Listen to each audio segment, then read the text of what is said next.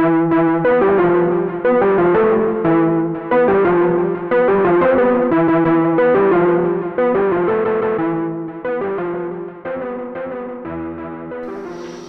Jason from GameRave.com, otherwise known as Danger Boy. This is GameRaveTV. So for this week's episode, I wanted to dive into a little bit about game case designs. And rather than go into some deep, ridiculously boring, graphic design conversation, I want to instead just talk about what my favorite case designs are have been throughout the years and why, both from a graphic designer standpoint and just from a gamer in general.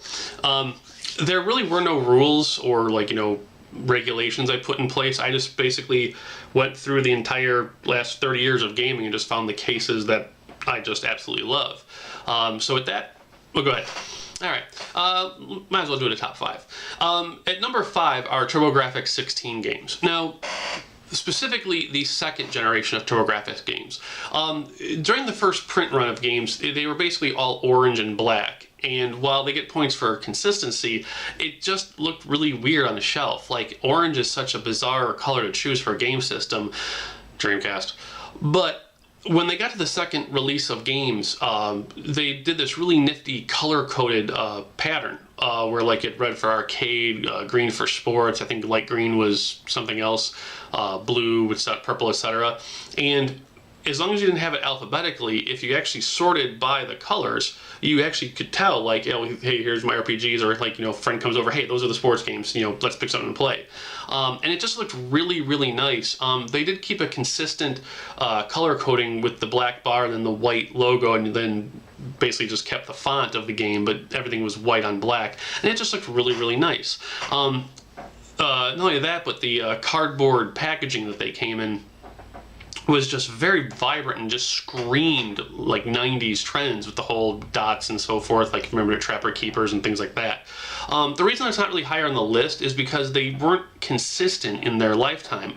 The TurboGrafx was around for a decent time. They had at least 4 or 5 different packaging designs. There was the orange on black, the multicolored ones, the white on colored tabs, the CDs, and then just who gave a crap with the cardboard box releases that didn't even have a case.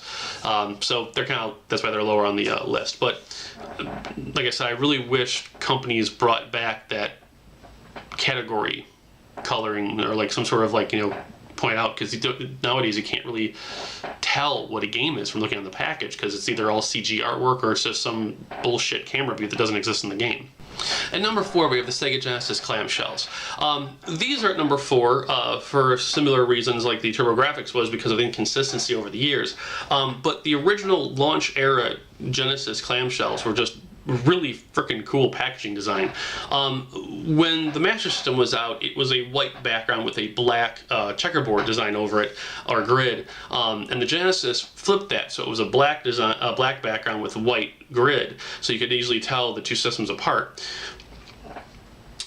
Just like the TurboGrafx dot pattern, the checkerboard was just screamed 90s. It was like Tron on your packaging.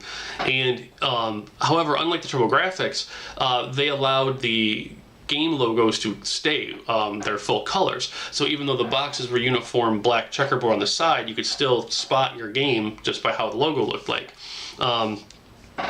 As time went on, they went to a more sort of like a everyman for himself type design, and then late in life went to this universal stripe pattern, which actually went across the Sega CD, the Genesis, and the 32X, and that actually looked really nice on the shelf, because you could tell which system was which and so forth. The only problem being that it looked like a giant construction zone area if you had too many games. Now at number 3 we have the American NES Nintendo boxes. Now these are actually high up in the list, not so much because of the physical packaging, which is just cardboard boxes, which suck because they get crushed and shelf art and all that fun stuff. But with the black boxes specifically, Nintendo just did an amazing job from a graphic design standpoint. One, obviously the universal look, all black boxes, almost the same font on the side, the different coloring to keep them, look a little bit unique. But just like the TurboGrafx, to a smaller degree, they had the genre logos on the front to help you quickly identify arcade games, Lycan games, etc. But most importantly, it was the first time that I can think of in gaming where the actual game graphics, give or take like 4%, were actually on the box cover. Like, it wasn't the painted, you know, crazy fancy schmancy images from the Atari boxes or like CG, you know, perfect looking stuff with today's games. You actually had the real graphics on the box. You knew that that baseball player was going to be 5 squares and a bat, or you knew that that Mario was going to be, you know, a bunch of gray squares and red orbs with the fire. That was really cool. And in that time frame, it was almost, I wouldn't say impossible or rare, but it was almost unheard of to actually display what you were really selling on the front of the box. And I give huge props to Nintendo for that. Also neat was how they actually called out the arcade ports at the time with the silver strip behind the name on the front. It was just a really, really cool, you know, set. But there are things much better than that. Now at number 2, we have a really, really big contender, and that is the NeoGeo clamshells, both for the home AES cartridges and the NeoGeo Pocket. Like the Genesis clamshells, they were just really nice and sturdy, you know, firm. The cartridges were, in the Pocket's case, the cartridges snapped into place. In the NeoGeo, it was actually form-fitting, like there was like no room for air or movement for the cartridge. The reason the NeoGeo is higher on the list than the Sega Genesis ones is because they were just built like a rock. Like, I used to have a whole bunch of later AES games before I sold them off for an apartment, and like just holding that lockbox clamshell was just like, you knew you had a $300 game in your hands. And speaking of the lock, that was just ace in the hole, icing on the cake. Like, as bizarre as this sounds, if you have to unlock a box to take out the game, there's this weird mental thing going on where it's just like, oh my god, I can't wait to unleash this, what is this beast, let's do this. And, you know, huge props to SNK for that design. Even more so, I mean, the AER's cartridges were like a freaking game system themselves. Just to put it in that bigger box with having that vibrant artwork on the side with at least like 1.5 inches of, you know, space to work with, it just stood out on a game shelf. Seriously, if you go to Google right now after watching the video and you just Google NeoGeo game cases, you will just see some amazing looking game cabinets and, you know, shelves and so forth. And you really don't get to see that anymore. The only thing comparable to it would have been the early PC days where like they gave you the huge box because there were like 900 different books and maps and tchotchkes to go with it, which nowadays are considered a collector's edition. But that's another episode for another time. So, that being said, what would be the #1 awesomest case that I love? And the #1 game case that I love above all else across all forms of gaming is the double jewel case. I love this so much. Oh, by the way, variant. So, why? Why would I like this piece of plastic over the NeoGeo shell or the old Nintendo black boxes? A whole bunch of reasons. First and foremost, and specifically for the PlayStation 1, Sony kept the same design for all 10 years.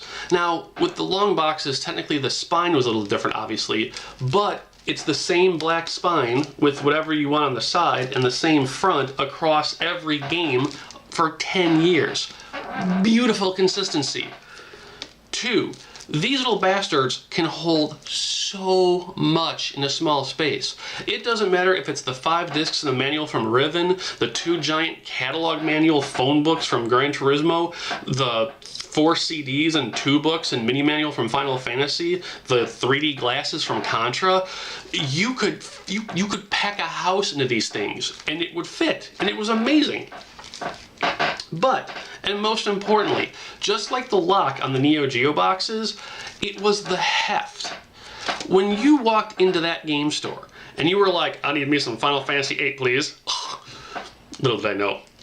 And they handed you this, and you got it, and it was a fucking phone book because it weighed so heavy. You truly believed and felt that you were going to be getting hours and hours and hours worth of gameplay just from the sheer weight of the product.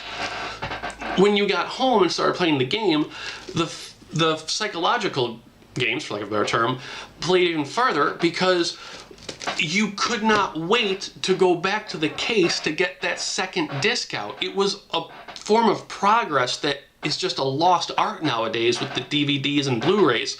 Unless you're playing Mass Effect on the 360. Jesus Christ, I had to swap a billion times. But, like I said, or if it was a multi-disc game like Final Fantasy 7, 8, and 9, like when you got to this middle part and you were like, oh, third disc, open the second half, it was like halftime at a football game. Like, you could not wait to see what was beyond the door, beyond the, you know, CDs and so forth.